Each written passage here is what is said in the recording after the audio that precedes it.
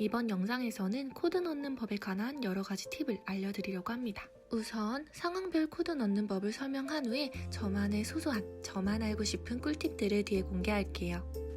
여기서 알아야 할 것은 그냥 무조건 깊이 넣는 게 중요한 게 아니라 상황에 따라 다른 방법을 선택할 줄 알아야 한다는 점인데요.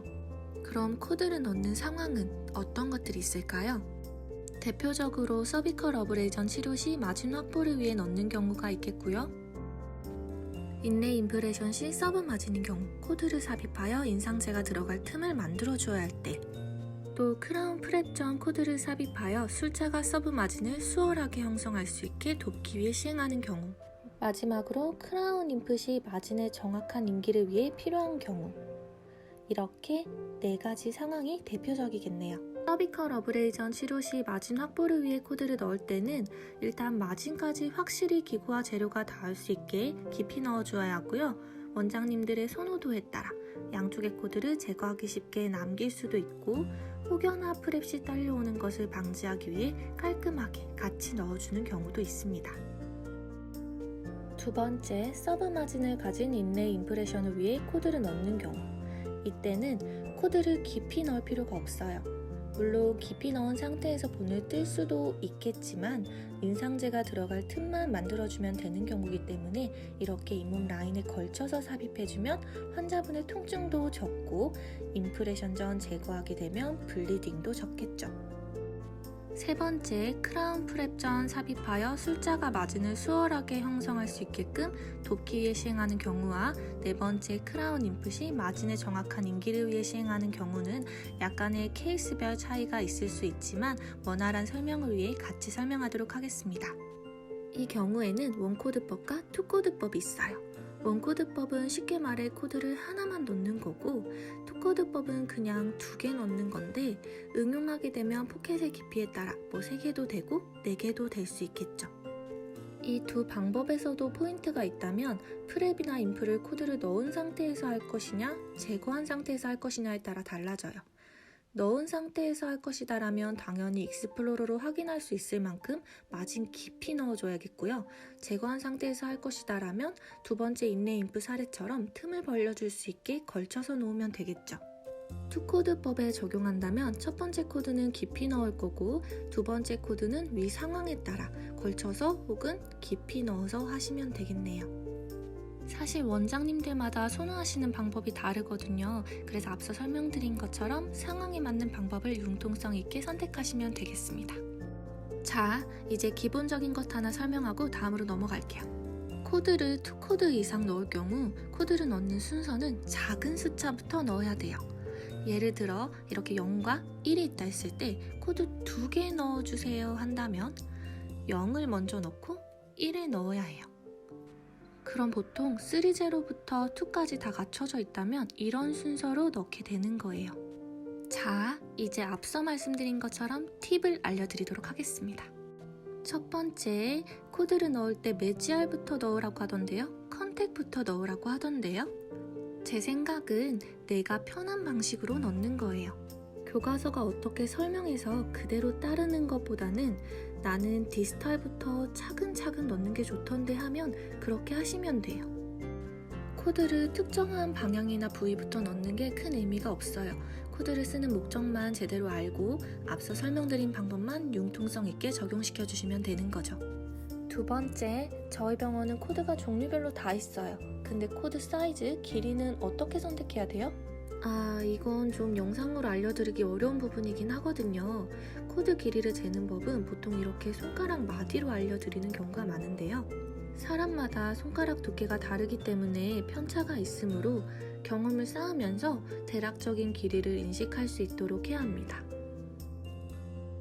이제 많이 하다 보면 감으로 하게 되는데 처음에 잘 모를 때는 코드 패커를 진지바 속에 한번 넣어보세요. 그러면 이제 포켓의 깊이도 알 수 있고 코드 패커를 넣은 상태에서 진지바의 탄력 정도나 벌어지는 정도도 알 수 있거든요. 그럼 사이즈를 코드 패커로 어느 정도 체크를 할 수 있으니까 도움이 될 수 있어요. 잇몸이 굉장히 헐거워서 이렇게 많이 벌어지는 케이스에 3-0를 넣는다. 그럼 이렇게 오므라들겠죠? 이러면 안 되는 거고요. 사실 경험만큼 좋은 답이 없기는 한데 예를 들어 내가 어떤 사이즈를 선택했어요. 그럼 첫 번째 들어가는 코드는 마진 쪽 진지바를 과하게 늘리지 않으면서 꼭 끼이는 정도여야 하고요. 다음에 들어가는 코드는 잇몸이 다시 오므라들지 않을 만큼의 사이즈여야 해요. 혹시 걸쳐놨다가 제거할 거라면 생각보다 큰 사이즈를 써도 괜찮고요. 여러 번 시도를 해봐야 감을 잡을 수 있으실 것 같아요. 그리고 코드가 조금 길다면 포개서 넣어도 되고요. 더 들어가지 않는 경우라면 코드를 다 삽입하기 전에 미리 잘라주면 자르면서 이미 넣어진 코드가 뽑히는 것을 막을 수 있습니다. 세 번째, 잇몸이 너무 얇아서 코드가 잘 안 들어가요. 자, 코드 넣는 게 그냥 어려워요 하시는 분들께는 연습 또는 많은 경험만이 그 어려움을 해소시켜 드릴 수 있을 거고요. 잇몸이 너무 얇은 환자분들이 가끔 있잖아요. 무턱대고 넣다 보면 진지바가 찢기는 경우도 있고 아주 어려워하시는 분들은 넣는 시작부터 막히시는 분들도 있죠. 이럴 때는 익스플로러로 가볍게 넣는 방법도 있어요. 근데 익스플로러는 뾰족하잖아요. 잘못하면 블리딩과 통증을 한 번에 선사할 수 있기 때문에 힘을 최대한 빼고 살살 쏙쏙보다는 속속 느낌? 주의해 주시고요. 익스플로러가 얇기 때문에 상대적으로 두꺼운 코드 패커보다 아주 얇은 잇몸에 적용될 때는 더 쉽게 코드가 들어갈 수도 있습니다. 자, 네 번째, 코드 그냥 넣을까요? 아니면 보스민 적셔서 넣어요? 둘 다 해보시고. 근데 장단점이 다르죠. 블리딩이 잘 안 될 것 같은 상황이 있잖아요. 그럴 때는 그냥 건조한 상태에서 넣는 게 좋은데 저는 보통 보스민을 항상 쓰는 편입니다. 보스민을 쓰면 코드가 적셔져서 방향을 조작하기 쉽다는 장점도 있고요. 혹시 모를 블리딩을 방지한다는 생각도 있고요. 너무 강박을 느끼진 마시고 편하게 하시면 될 것 같아요. 다섯 번째, 저희 병원은 다 서브 마진이라 코드를 여러 개 넣게 되면 블리딩이 심해요. 아, 정말 힘든 케이스죠? 저는 이걸 많이 활용합니다. 저희 병원에서 쓰는 건 이 클리어 겔인데요. 아스트리젠트라고 아시나요? 아스트리젠트는 보스민과 같이 지혈제의 한 종류예요. 근데 차이점이 있어요.